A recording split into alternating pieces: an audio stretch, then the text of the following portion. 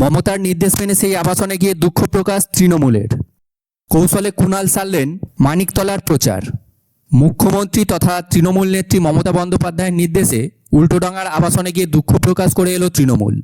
বুধবার সন্ধ্যায় সানসিটি আবাসনের কমিউনিটি হলে সেখানকার আবাসিকদের সঙ্গে দেখা করেন তৃণমূল নেতা কুণাল ঘোষ এবং স্থানীয় কাউন্সিলর শান্তিরঞ্জন কুণ্ডু।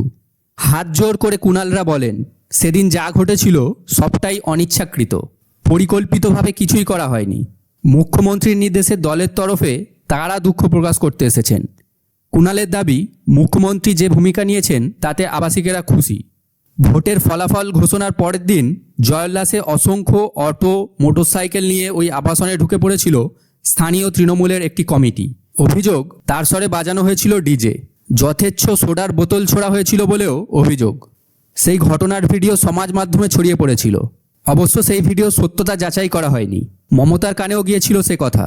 গত শনিবার দলের বৈঠকের শুরুতেই উল্টোডাঙার আবাসনের ঘটনায় ক্ষোভ জানান মমতা। প্রথমে উত্তর কলকাতার নির্বাচনী প্রার্থী সুদীপ বন্দ্যোপাধ্যায়কে বলেন সেখানে গিয়ে দুঃখ প্রকাশ করতে। পরে ঠিক হয় কুণাল যাবেন শান্তিকে নিয়ে, কারণ সেই মিছিলের পুরোভাবে শান্তি ছিলেন বলে অভিযোগ। ওই আবাসনের যে বুথ, সেখানে তৃণমূল পিছিয়ে রয়েছে, এগিয়ে রয়েছে বিজেপি। অভিযোগ, স্থানীয় স্তরে বদলা নিতেই আবাসনে ঢুকে ওই ঘটনা ঘটানো হয়েছিল। যদিও কুণালরা বুধবার গিয়ে নিঃশর্ত দুঃখ প্রকাশ করেছেন। ভবিষ্যতে এই ধরনের ঘটনা ঘটবে না বলেও আবাসিকদের আশ্বস্ত করেছেন তৃণমূল নেতৃত্ব।